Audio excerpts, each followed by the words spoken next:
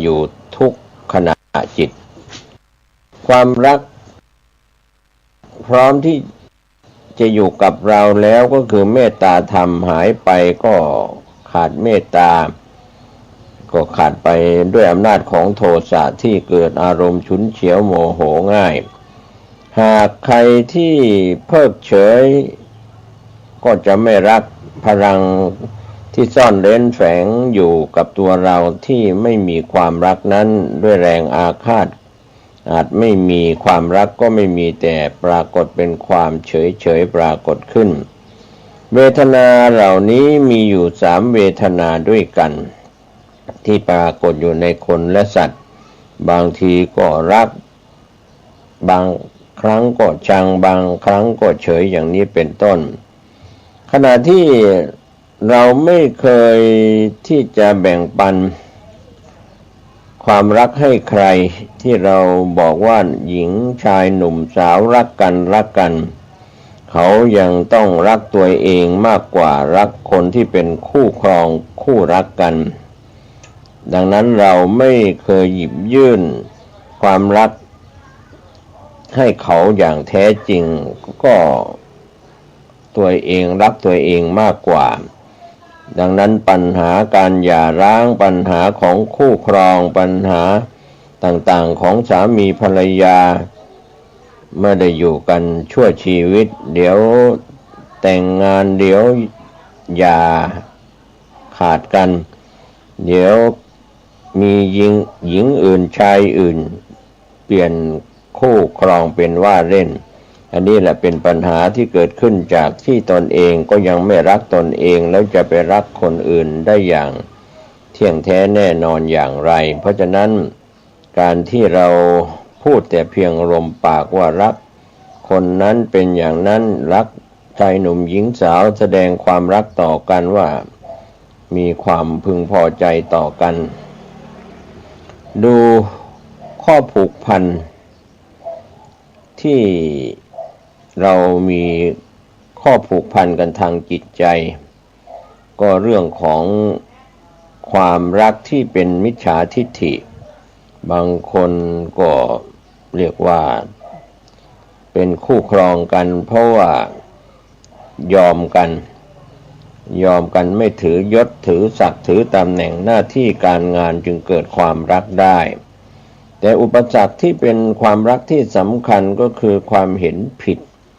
กับการถือเนื้อถือตัวไม่ยอมซึ่งกันและกันเป็นข้าราชการที่สูงกว่าเป็นสิ่งที่อาจจะมองว่าตนเองมีฐานะตำแหน่งหน้าที่การงานที่สูงกว่านี่แหละเป็นปัญหาก็เรียกว่าคนที่เอาฐานะเอามานะเอาความเห็นผิดมาเป็นกลางกั้นขัดขวางความรักเพราะฉะนั้นชายหนุ่มหญิงสาวที่อาจจะมีฐานะการงานการเงินที่ไม่เหมือนกันก็เรื่องเหล่านี้ใครจะไปโทษใครแต่ว่าถ้าเกิดความรักพึงพอใจกันมีการศึกษาเสมอกันมีการงานการเงินที่เสมอกันหรือมีตระกูลที่สูงเสมอกันอย่างนี้ก็เรียกว่าจิตใจของกันและกันที่ยอมกันนั้นก็รู้สึกว่าไปเอาเรื่องของการถือเนื้อถือตัวถือตำแหน่งหน้าที่การงานตระกูลยศศักดิ์มาเป็นของกลางกั้นก็เลยไม่ยอมกันการโอนอ่อนผ่อนตาม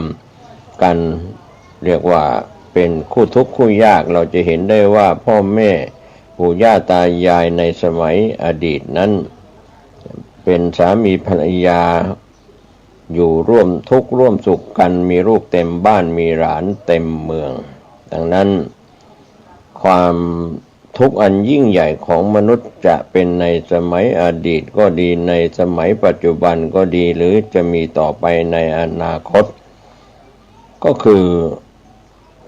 คนที่ไม่รักกันแต่จำใจต้องอยู่ด้วยกันนั่นแหละกฎหมายเป็นสามีภรรยากันโดยกฎหมายพ่อแม่ก็เป็นผู้จัดการทำให้ลูกสาวลูกชายหลานสาวหลานชายหรือญาติพี่น้อง ก็เรียกว่าทำให้กลัวสังคมไปสนใจสังคมก็ทำให้ไม่กล้าตัดสินใจก็เลยต้องทนทุกข์ทรมานเรียกว่าไปแคร์สังคมไปเอาคนอื่นมาเป็นอารมณ์มากเกินไปไม่ได้เอาตนเอง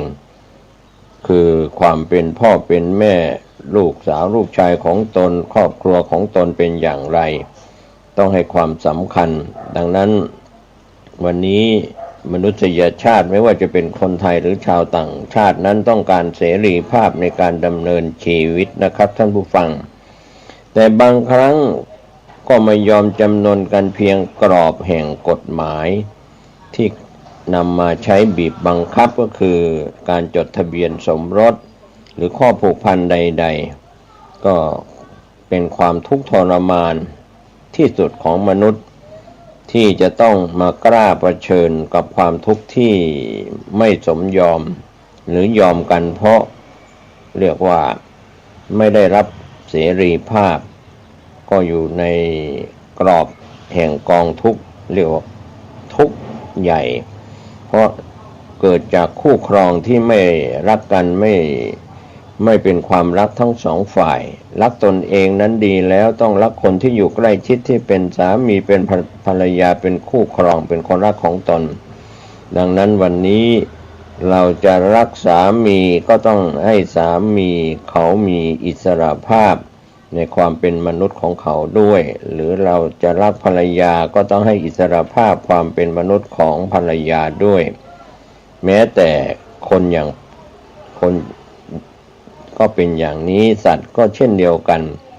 ก็เป็นเรื่องทั้งคนและสัตว์ก็ในการพูดถึงเพื่อเป็นกำลังใจในการที่เราอาจจะไม่กล้าตัดสินใจทำอะไรก็เรียกว่าวันนี้หลายคนอาจจะนอนจมอยู่ในกองทุกข์เพราะว่าความไม่เป็นอิสระคำว่าอิสระชนจะเป็นสื่อก็ต้องเป็นสื่อที่เป็นอิสระในการนำเสนอข่าวจะเป็นข้าราชการจะเป็นผู้บริหารฝ่ายต่างๆทั้งราชการรัฐวิสาหกิจหรือภาคเอกชนก็ตามดังนั้นความกล้าหาญจึงไม่ได้เกิดขึ้นในใจของตนเองก็เป็น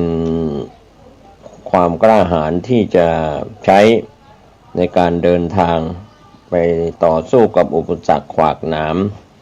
การที่หลายท่านวันนี้อาจจะตัดสินใจอะไรผิดสามารถเริ่มต้นชีวิตใหม่ได้ท่านไม่ต้องกลัวการเริ่มต้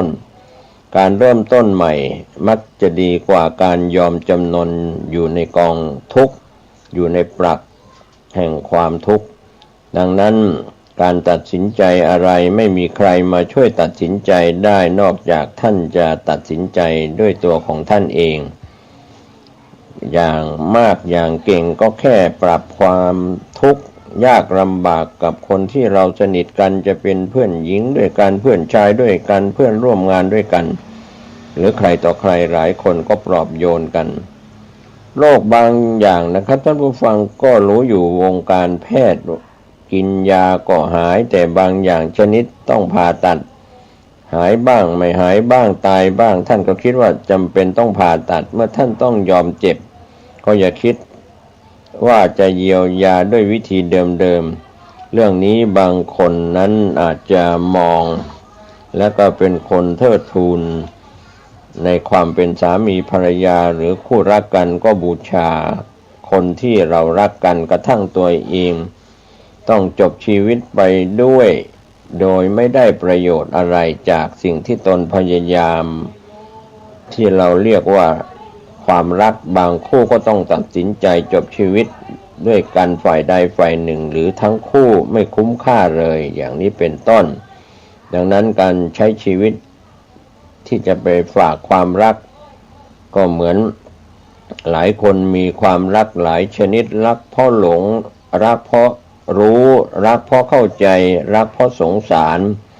รักเพราะจำเป็นต้องรักบางครั้งก็รักเพราะถูกบังคับให้รับรักท่านหลายคนก็อาจจะตัดสินใจในความรักของท่านก็ในการวินิจฉัยให้ขาดว่าความรักกับความร้ายความรักความพยายาม ที่จะเอารัดเอาเปรียบ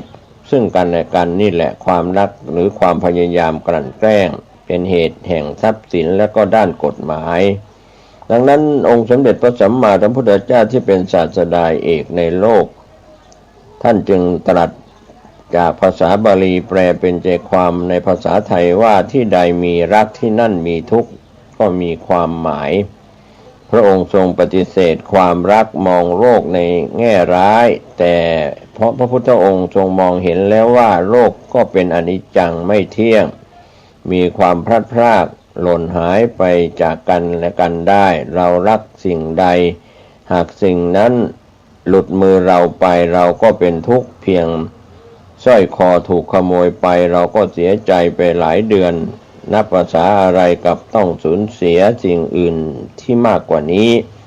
พระพุทธองค์ทรงสอนให้มีสติในการใช้ความรัก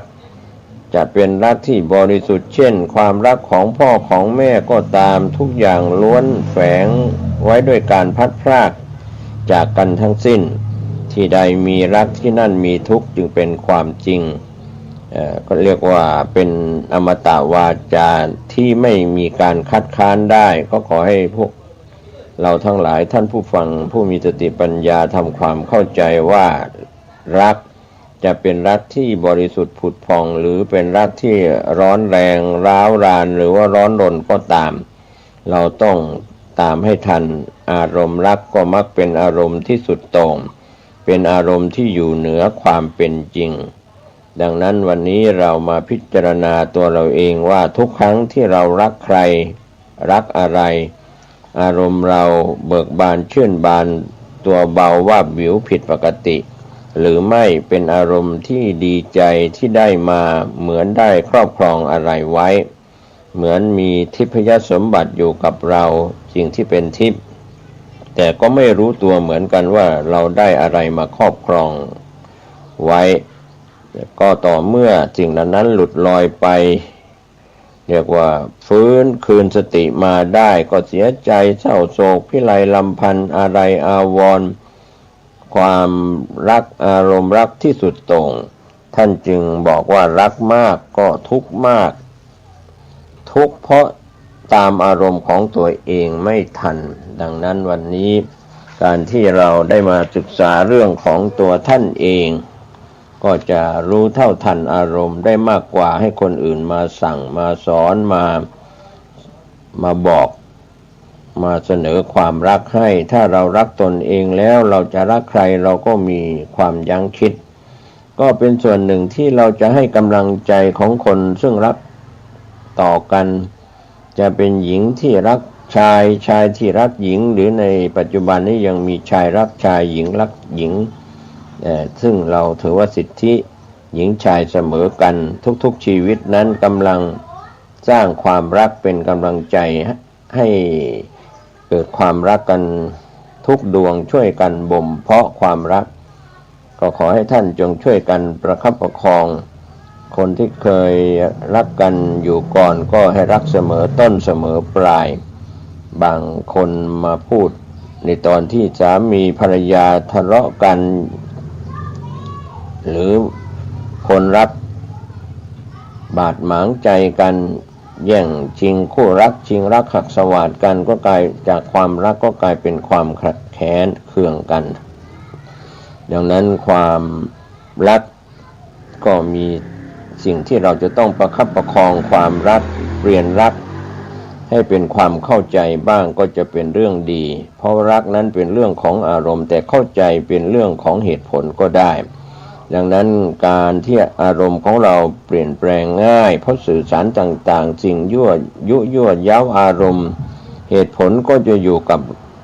การที่เรามีอารมณ์เปลี่ยนแปลงง่ายสื่อสารหรือโลกออนไลน์ในปัจจุบันจึงมีอิทธิพลต่อลูกหลานและตัวท่านเองการเข้าใจสิ่งใดมาแล้วก็อาจจะเอามาเป็นอุปสรรคก็ไม่อาจจะเปลี่ยนแปลงความรักของเราได้ด้วยเหตุผลอุปกรณ์ที่จะกระจัดความหวาดระแวงสงสัยนะครับท่านผู้ฟังความหึงหวงก็ดีความอิจฉาริษยาเหล่านี้ล้วนแล้วแต่เป็นต้นเหตุแห่งความร้าวฉานทุกชนิดที่เกิดขึ้นกับมนุษย์ ไม่ว่าจะเป็นคนที่รักกันหรือวัยใดก็ตามเขาเรียกว่าเป็นอุปสรรคที่สำคัญเป็นเรื่องที่สะท้อนดวงใจว่าเราถ้าระแวงแล้วสงสัยแล้วหึงหวงแล้วอิจฉาริษยาแล้วนี่แหละคือความร้าวรานที่เกิดขึ้นดังนั้นก็ขอให้เราก็ใช้ศัพท์กันดูเหมือนว่าจะเป็นศัพท์ที่ดีคำว่าความรักบริสุทธิ์มิใช่มีแต่ความรักของพ่อของแม่ของลูกที่มีต่อพ่อแม่เท่านั้นก็แม้แต่ความรักในอุดมการณ์อันชอบธรรมเรียกว่าความรักชาติความรักแผ่นดินความรักสถาบันอันสูงส่งความรักในความคุณงามความดีที่คนเขามีความดีเราก็รักในคุณงามความดีของเขารักคนดีผู้ที่เสียสละเป็นความรักที่บริสุทธิ์อันยิ่งใหญ่ก็วันนี้ก็ขอให้เราคิดอยู่ในใจอยู่เสมอว่ารักที่คิดจะครอบครองนั้นเป็นความรักที่เห็นแก่ตัวก็ก่อทุกข์ทั้งคนที่รักได้อย่างง่ายดายและส่วนความรักที่คิดจะให้ก็เป็นความรักอันบริสุทธิ์ที่แท้จริงจะไม่ก่อโทษใดๆแก่ใจเราเลยดังนั้นวันนี้หลายท่านก็มีการแผ่เมตตาให้กับคนที่เป็นศัตรูกันเผื่อวันหน้าพบหน้าเราจะได้ไม่มีใครเป็นศัตรูกับเราต่อไปการชำระจิตใจของเราแบบนี้ให้สะอาดทุกวันเพื่อให้เกิดความมั่นใจว่าวันนี้เราจะต้องตายจากโลกนี้ไปแล้วเราก็รู้สึกไม่ได้เป็นศัตรูกับใครไม่มีใครเป็นศัตรูกับเราไม่มีหนี้กรรมหนี้เวรใดๆก็จะต้องไปชดใช้กับใครในภพอื่นชาติอื่นภพหน้าชาติหน้าต่อไปเพราะใจของเราเป็นสุขสบายดังนั้นถ้าใจเราอิ่มเอิบด้วย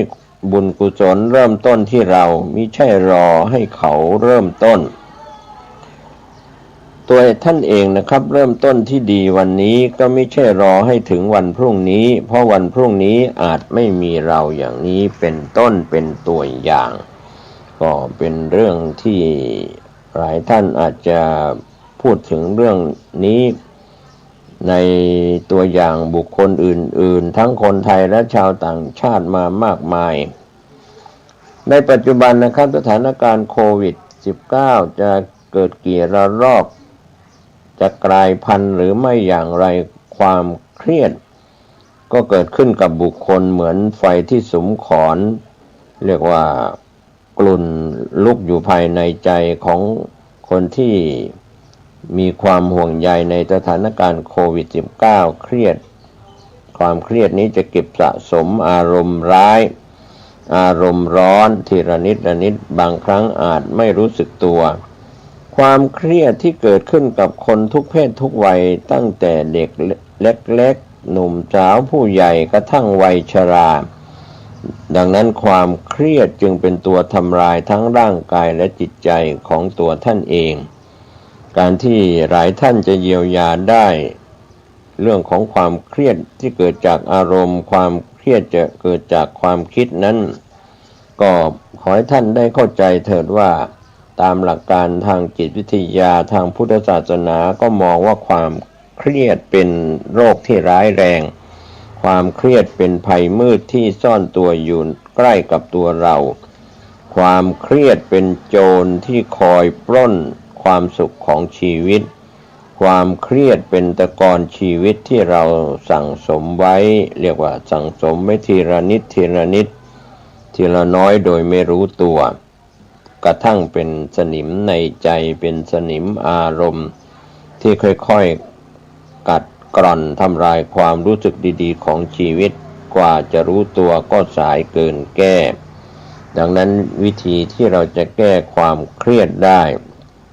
จากการสวดมนต์ไหว้พระจากการทำคุณงามความดีจากการให้ทานจากการรักษาศีลจากการเจริญสมาธิภาวนากรรมฐานวันนี้เราให้ทานมามากแล้วเรารักษาศีลมามากแล้วแต่อาจจะขาดการเจริญภาวนานั่งสมาธิเดินจงกรม ก็เราดูจากพระวิปัสสนาจารย์ก็ดี จากผู้ที่เป็นหญิงชายเป็นโยคาวจรหรือเป็นโยคีบุคคลหญิงชายที่ไปปฏิบัติธรรมกรรมฐานที่สำนักกรรมฐานต่างๆนั้นเขาจะมีหน้าตาสง่าราศีปรากฏความเครียดมีน้อยลงดังนั้นการที่เราได้มีโอกาสปลดปล่อยอารมณ์ปล่อยวางอารมณ์ทำให้ความเครียดนั้นได้แก้ไขไปได้เห็นความเกิดขึ้นเห็นความตั้งอยู่เห็นความดับไปของรูปของนามของอารมณ์ของคำภาวนาของอารมณ์ดังนั้นบางคนก็มีนิสัยชอบหงุดหงิด